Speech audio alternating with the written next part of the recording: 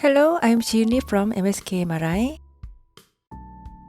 Today, we will briefly explore the anatomy of the oblique popliteal ligament, and in our next session, we will delve into its MRI appearance.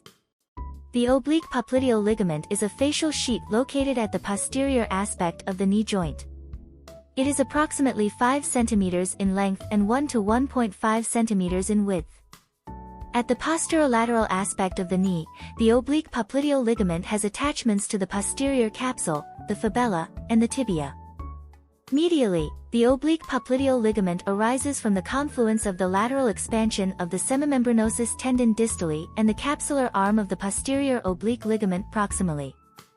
Laterally, the oblique popliteal ligament attaches to the osseous or cartilaginous fabella, the meniscofemoral portion of the posterolateral joint capsule, and the plantaris muscle.